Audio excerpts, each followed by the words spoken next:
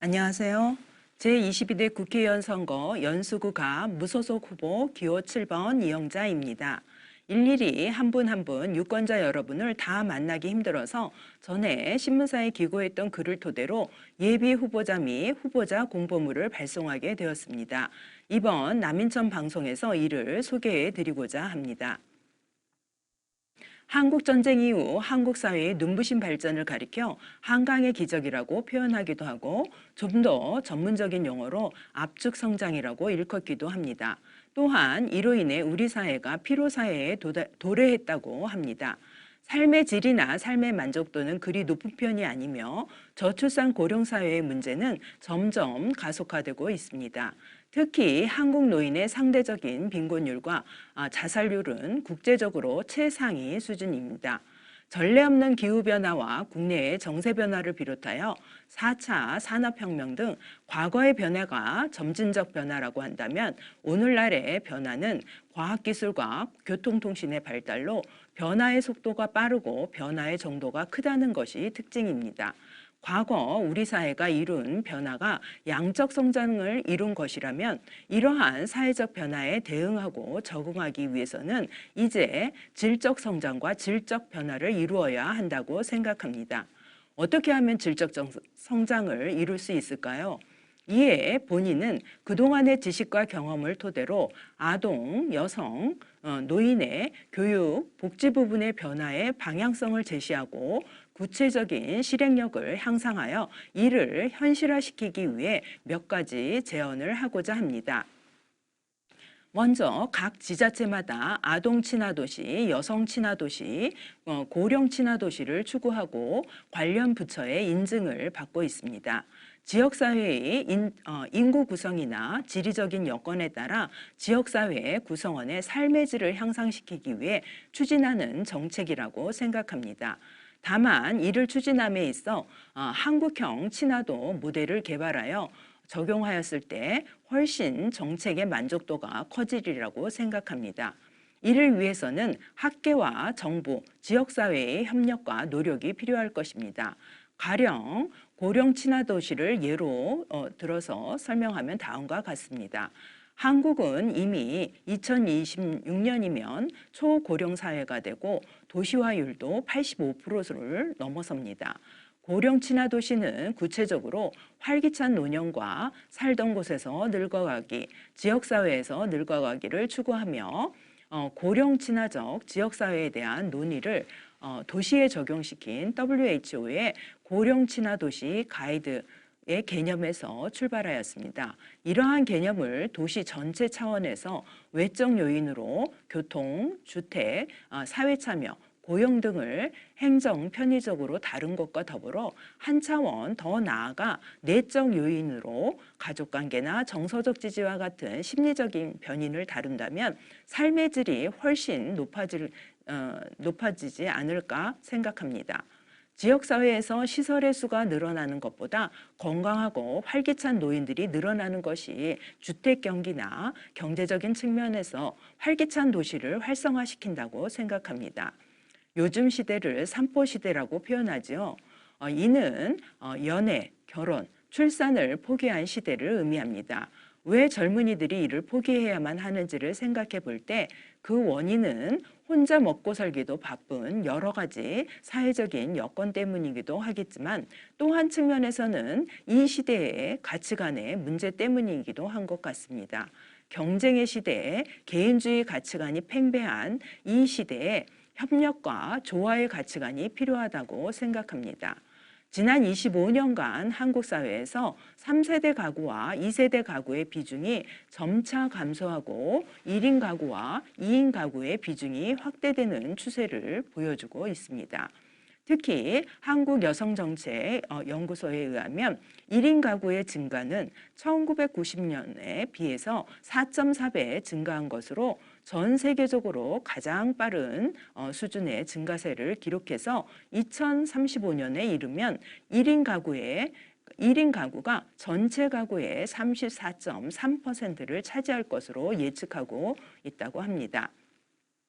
그런데 1인 가구의 증가로 인해 일자리 공급량에 비해 일자리 수요량이 증가하므로 실업률을 증가시키고 고용 불안을 초래하게 되었습니다.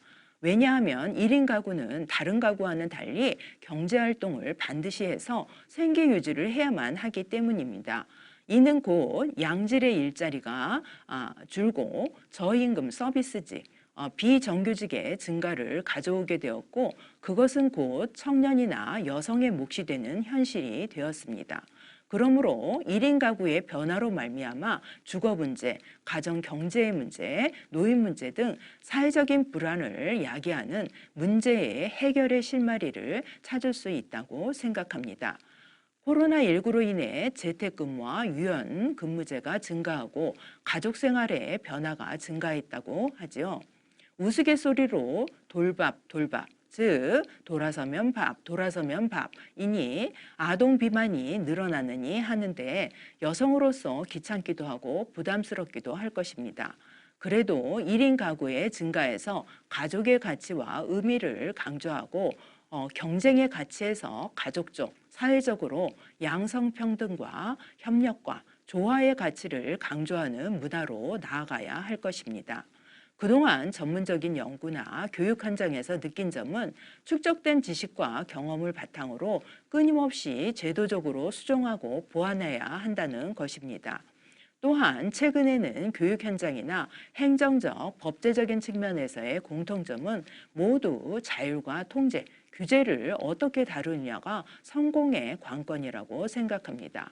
국회와 행정기관, 일선자치단체 간의 입법 수호의 의견차를 조율할 필요가 있으며 법을 통한 자율성과 규율의 밀도 조절로 행정의 효율성과 현장에서의 일선 각 기관의 운영 관리의 효율성을 높일 필요가 있다고 봅니다. 시행규칙을 통한 보다 구체적인 기준 제시가 법 수호에 있어서 혼란을 막기도 하지만 자율적인 운영 관리가 운영의 본래의 목적을 침해하지 않기 때문입니다.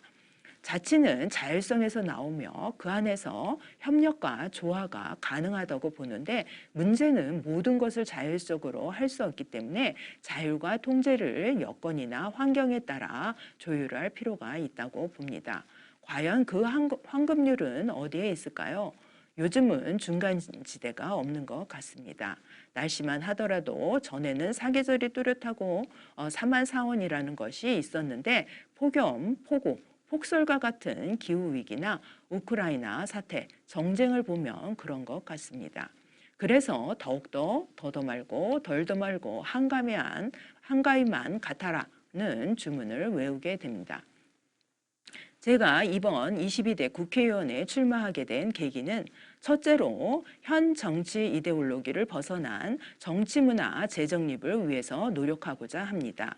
지금의 우리 사회는 보수냐, 진보냐, 이분법적으로 나뉘어져 있습니다. 국토분단 이후의 지정학적인 위치의 영향과 지속적인 국제사회의 영향도 있겠지만 무엇보다 국회의원들의 그동안 체화된 정치 문화에 젖어서 형성된 편향된 정치 이데올로기 때문이라고 생각합니다.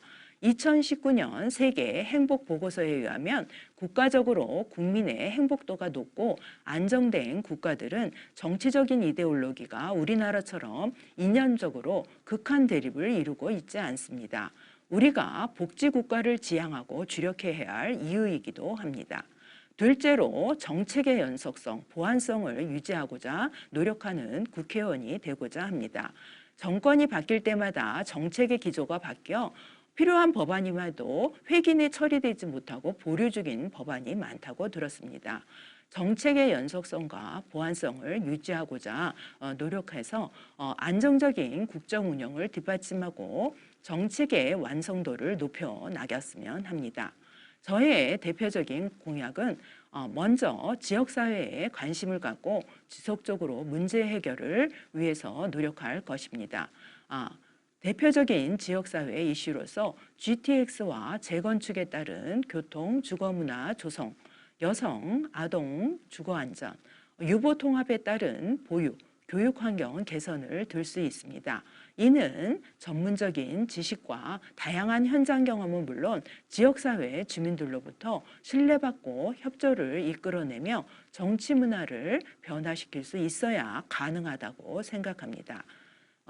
마지막으로 여러분의 선택과 집중에 따라서 우리의 미래가 달라진다고 생각합니다. 비생산적인 정치적인 싸움 이제 그만둡시다. 보다 생산적인 대화로 주민이 체감하는 변화, 일하는 국회, 저 무소속 후보 이영자가 만들어 나가겠습니다. 새로운 연수구 더 큰 발전, 무소속 후보 이영자가 만들어 나가겠습니다. 꼭 선거운동 기간에 다시 뵐 수 있기를 바랍니다. 많은 지지와 격려 부탁드립니다. 감사합니다.